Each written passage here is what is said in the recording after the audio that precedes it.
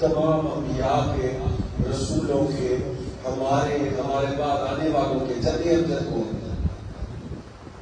آدم علیہ السلام۔ آپ سے کوئی کہے کہ آپ کے جد امجد کون؟ آپ کہیں کہ آدم علیہ السلام کی اولاد ہوگی، ایک نبی کی اولاد، ایک رسول کی اولاد۔ آپ کو فخر نہیں؟ بولے اگر آپ کہیں کہ میں کس کی اولاد ہوں؟ ایک نبی کی اولاد، ایک رسول کی اولاد۔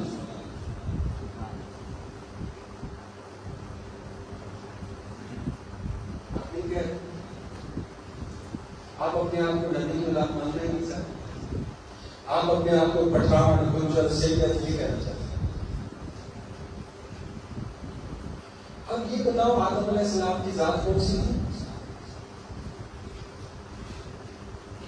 بولے پٹھان تھے، گجر تھے، سید تھے، عوام تھے، کون تھے؟ حضرت ابراہیم علیہ السلام کی کیا ذات؟ حضرت اسماعیل علیہ السلام کی کیا ذات؟ حضرت نوح علیہ السلام کی، حضرت موسیٰ علیہ السلام کی، حضرت عیسیٰ علیہ السلام کی، حضرت یعقوب علیہ السلام کی، حضرت اسحاق علیہ السلام کی، حضرت یوسف علیہ السلام کی کیا ذات؟ کبھی بھی قرآن میں لکھا کہ یہ پٹھان تھے، یہ سید تھے، یہ گجر تھے، یہ عوام تھے۔ ایک باتیں سمجھ آ رہی ہیں؟ قرآن اگر نہیں بیان کر رہا، قرآن اگر ان چیزوں کو نہیں بیان کر رہا ہے، آپ کہاں سے کریں؟ بولے پیار سے بولے، محبت سے بولے کہ ہاں جی یہ تو قرآن مانتا ہی نہیں ہے،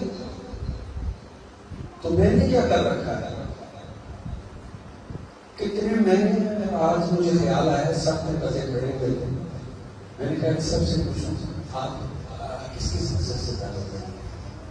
ایک کہے گا میں گجر ہوں، ایک کہے گا میں پٹھان ہوں، ایک کہے گا میں عوام ہوں، ایک کہے گا میں سید ہوں، دوسرا کہے گا میں کیا سے کیا کرنا، کتنی نکل گئی ہیں کونے آگے، کتنی نکل گئی الگ آئیے سب۔ تو یہ بات جو ہم کر رہے ہیں اللہ کے فرمان کے مطابق ہے یا غیر مطابق ہے؟ اور یہ جو قوم نسلیں ہم نے بنائی ہیں یہ قرآن کے مطابق ہے یا غیر مطابق ہے؟ یہ اگر آپ نے قائم رکھا اس تسلسل کو، قرآن کے اس تسلسل تو آپ حق حیران ہو جائیں گے کہ یہ جو تعلیم دینے والا بندہ ہے یہ اس کی اپنی تعلیم نہیں تھی، یہ صرف اللہ اور اس کے قرآن کی تعلیم، اور صرف آپ نے مجھ سے بسم اللہ الرحمن الرحیم پڑھنا ہے اور سورہ فاتحہ پڑھنا ہے۔ اگر اس کے بعد آپ کو قرآن کہیں سے بھی سمجھ نہ آیا کہ یہی بیٹھا ہو، بلکہ بسم اللہ الرحمن الرحیم جب سمجھا دیا گیا قرآن کے عین مطابق تو آپ حیران ہوں گے۔ جو چیزیں ہم سے چھپائی گئی رسول اللہ صلی اللہ علیہ وآلہ وسلم، محمد رسول اللہ صلی اللہ علیہ وآلہ وسلم کا قول قرآن ہے، قول قرآن ہے، اس کے علاوہ بھی ہو سکتا ہے۔ آپ مانتے ہیں اس بات کہ رسول کا قول کیا ہے؟ قرآن، اور قرآن میں لکھا ہوا ہے کہ یہ رسول کا قول کریم ہے، یہ رسول کا قول کریم ہے، یہ کتاب یہ قرآن یہ رسول کا قول کریم ہے۔ رسول اللہ صلی اللہ علیہ وآلہ وسلم اسی قرآن میں اپنے قول میں فرماتے ہیں وَاعْتَصِمُوا بِحَبْلِ اللَّهِ جَمِيعًا وَلَا تَفَرَّقُوا۔ کون فرماتا ہے؟ کرتے ہیں؟ کون فرماتا ہے؟ زور سے بولا کرو کہ محمد رسول اللہ صلی اللہ علیہ وآلہ وسلم کا قول ہے کہ وَاعْتَصِمُوا بِحَبْلِ اللَّهِ جَمِيعًا وَلَا تَفَرَّقُوا، فرقہ واریت مت کرو اللہ کی رسی سے، کو مضبوطی سے تھامے کہ کس کا بولا؟ رسول اللہ صلی اللہ علیہ وسلم. تو سب سے بڑا شرک جو ہے، جو یہ بتا لیں گے، انہیں پتا اگر ہم بتائیں گے تو ہمارے اوپر ہی قدم رہے. سب سے بڑا شرک فرقہ اختیار کرنا.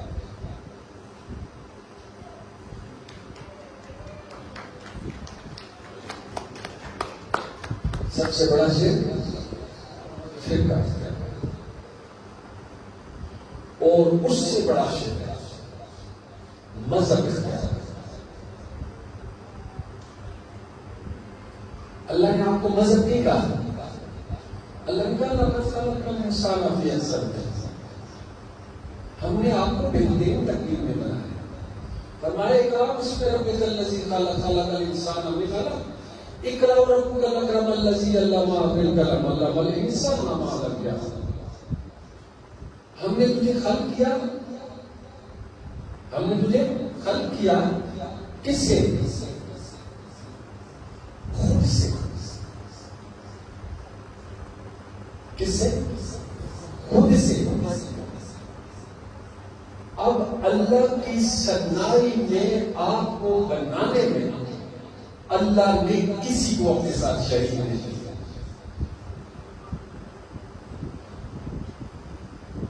آپ دو کی پیدائش نہیں ہے. اگر آپ ماں باپ کی پیدائش ہوتے تو اللہ تعالیٰ قرآن میں یہ نہ فرماتے کہ میں ماں کے پیٹ میں مصور کرتا ہوں، مجھ سے بڑا مصور کوئی نہیں.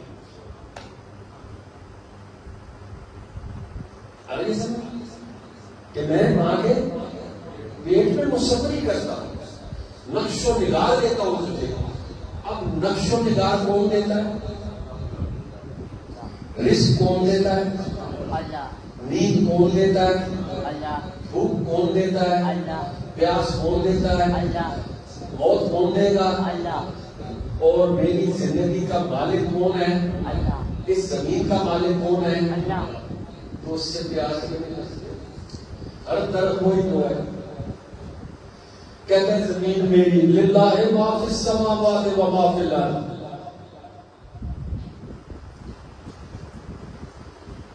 اس سے مانگتے کیوں نہیں؟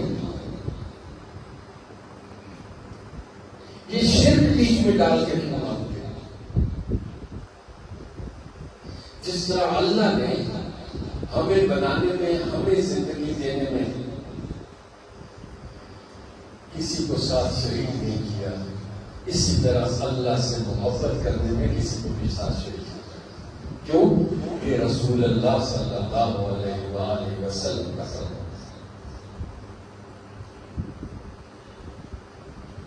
آسان بات ہے، مشکل تو نہیں ہے. اب آپ پڑھ لیتے ہیں الحمدللہ رب العالمین الرحمن الرحیم مالک یوم الدین.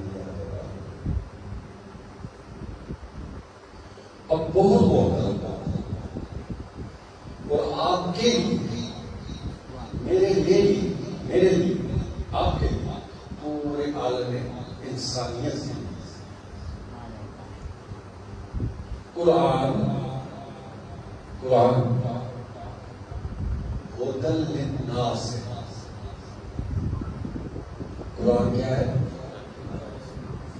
ہدی للناس ہے. ناس کس کہتے ہیں؟ جہاں انسان بستا ہے اس کے لیے قرآن ہدایت. دعوت کس کا ہے؟ اللہ. قرآن یہ اس کا دعوت. یہ قرآن کا دعوت کہ ہدی للناس میری دعوت ہے. ہدایت مجھ سے ہٹ کر تم کسی جیسے نہیں جا سکتے. کہ جتنی زندگی کے قوانین ہیں جن میں آپ اپنا گھر بسا رہے ہیں، جن میں آپ پیدا ہوئے ہیں، یہ سب قوانین آپ کو قرآن دیں.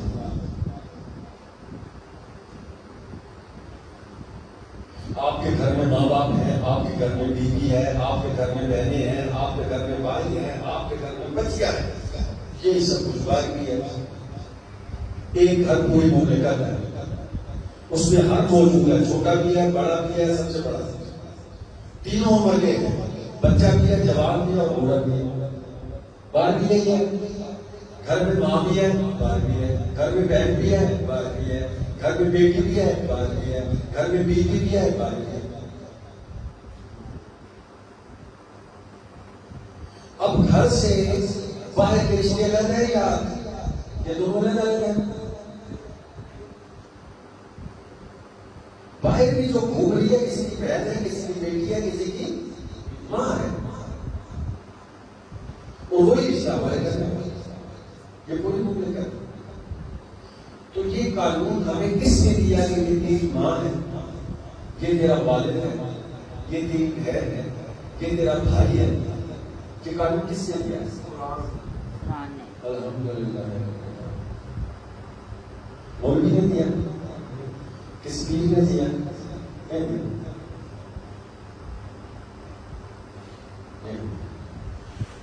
اللہ نے فرمایا قرآن میں موسیٰ علیہ السلام نے جب ان خواتین کو پانی پلایا